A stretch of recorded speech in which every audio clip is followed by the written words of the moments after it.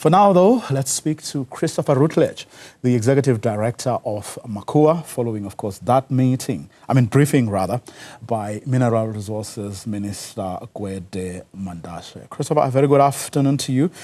Thanks very much for your time.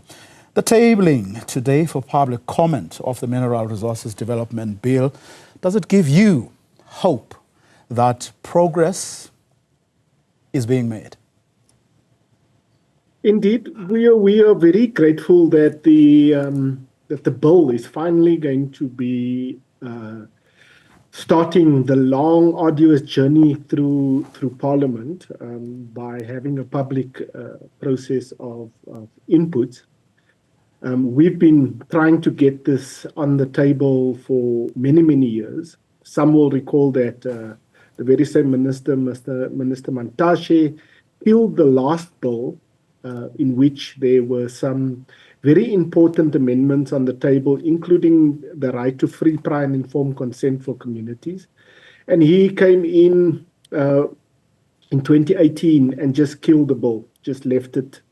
And we've been trying for the last 7 or so years to try and get the bill on the table again. So we're happy that it's there, but it's a bittersweet moment in the sense that the minister's given absolutely no indication that he or the Department of Mineral Resources have heard what communities have been saying to them. In fact, all the indications are that Minister Mantashe and the department have continued to ignore community voices, continued to ignore the directives of the court and jurisprudence in South Africa. But we anxiously are waiting to see what exactly is in the bill.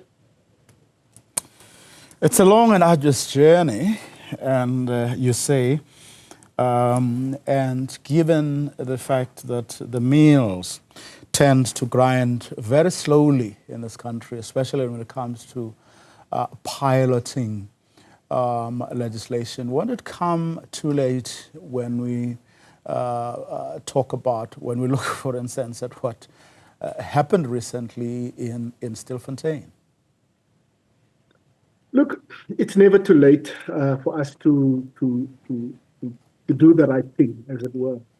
I think Stilfontein, what the minister, in the press conference today, the minister made a couple of comments which reminds us that what happened in Stilfontein was not a mirage. It was not a once-off thing. It's probably going to happen again.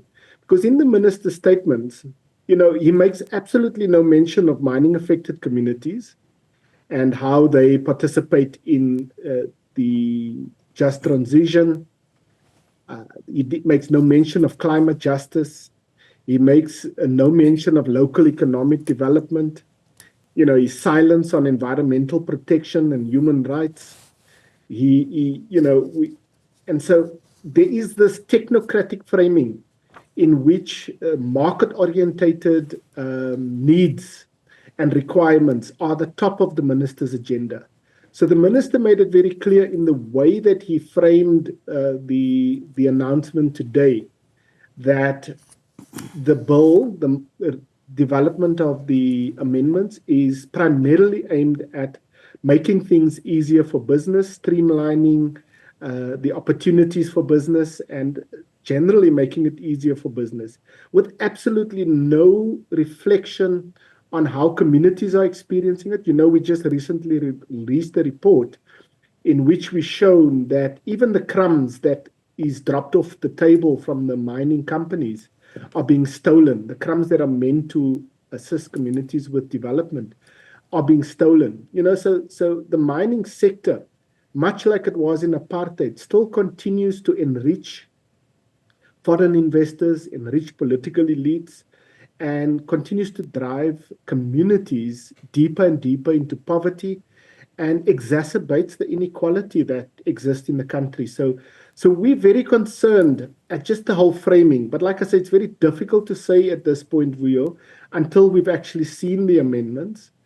So we're waiting patiently on the government gazette to be published, and then we'll have a clearer insight into exactly where the minister aims to further oppress and exploit communities. Well, it doesn't, though, what you call technocratic framing demonstrate or prove to you a reluctance, perhaps, to embrace certain communities or stakeholders or issues? And doesn't that then suggest that perhaps even the public comments that will come, or that this step unlocks, may well be a futile exercise? I'm trying to remain optimistic. I'm trying to have a positive view of the minister, the department, and the entire mining sector. So we're hoping against all hope. We've had an extensive process where we have workshopped with communities. We've gathered mandates from across the country, thousands of communities we've spoken to, visited, engaged in discussions, and we've taken the mandate of what they've asked for. We've taken that to the Department of Mineral Resources, together with the coalition of civil society organizations called the MPRDA Coalition. We've taken that to the department, and we've asked them to, according to jurisprudence, according to the law, to incorporate those elements into the amendments. We were of the view that the response from the DMPR was very negative. The response from Portfolio Committee in Parliament was very negative, and certainly the minister has been anti-community, anti-development for a very long time. So, with all of those factors, we are hoping that sense will prevail, that the law will prevail, that the Constitution will reign supreme, and that the human dignity of people will find a place within the Minerals, Petroleum Resources Development Act.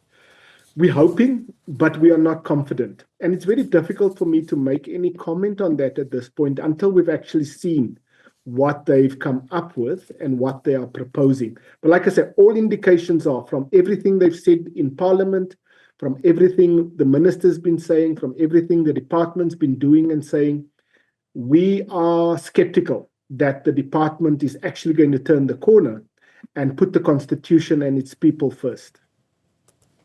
In fact, as I was watching bits of the minister's a briefing earlier, it took me back to those public meetings outside those Stilfontein mines, where a lot of things were said or ventilated, but looking at the statement by the minister and having watched bits of that briefing, very little of that forms part of what happened today. Hopefully, by inviting